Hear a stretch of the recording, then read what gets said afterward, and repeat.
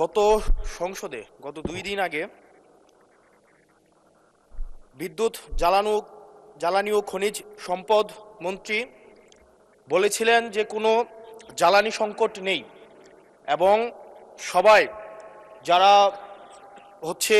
তেল সংগ্রহ করতে যাচ্ছে তারা যথাযথভাবে তাদের সেবাটি তারা সেবা স্থান থেকে পাচ্ছে। কিন্তু মাননীয় স্পিকার, আমরা দেখতে পাচ্ছি গ্র্যাজুয়ালি পাম্পগুলো বন্ধ হয়ে যাচ্ছে। আজকে সিলেটের পাম্প বন্ধ হয়ে গিয়েছে।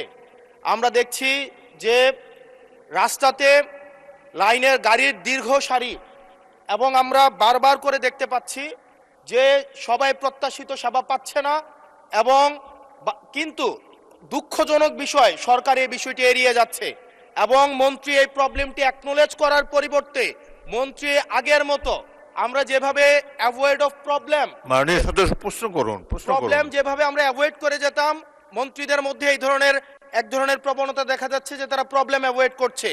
আমার মন্ত্রী মহোদয়ের কাছে প্রশ্ন, উনি কি দেখতে পাচ্ছেন না যে গাড়ির দীর্ঘ সারি এবং গ্র্যাজুয়ালি যে পাম্পগুলো বন্ধ হয়ে যাচ্ছে, সেবা কার্যক্রম বিঘ্নিত হচ্ছে, স্কুল বন্ধ হয়ে যাচ্ছে, সেই জায়গাতে উনি কবে নাগাদ এই সমস্যাগুলোর যথাযথভাবে উনি সমাধান দিবে এবং উনি প্রবলেমটি অ্যাকনোলেজ করবেন কিনা? ধন্যবাদ মাননীয় স্পিকার। মাননীয় মন্ত্রী। স্পিকার, আমরা প্রতিটি পাম্পে যে পরিমাণ তেল প্রতিদিন দেওয়ার কথা সেই পরিমাণ তেল আমাদের পাম্পগুলোতে সাপ্লাই করা হচ্ছে, কিন্তু ইরান ঘটনার পর থেকে হঠাৎ করে বিক্রি বেড়ে গেছে। বিক্রি বাড়া যাওয়ার ফলে যে পেট্রোল পাম্পে যে পরিমাণে তেল দিতাম 1 দিন 1.5 দিন লাগতো বিক্রি করতে, এখন 2 ঘন্টায় শেষ হয়ে যায়। সেই জন্য আপনার মানুষের যে প্যানিক বাইংটা শুরু হয়েছে, লাইন দেখা যায় কিন্তু পেট্রোল সাপ্লাই হয় না, এটা ঠিক না। পেট্রোল প্রতিদিন সাপ্লাই করা হয়।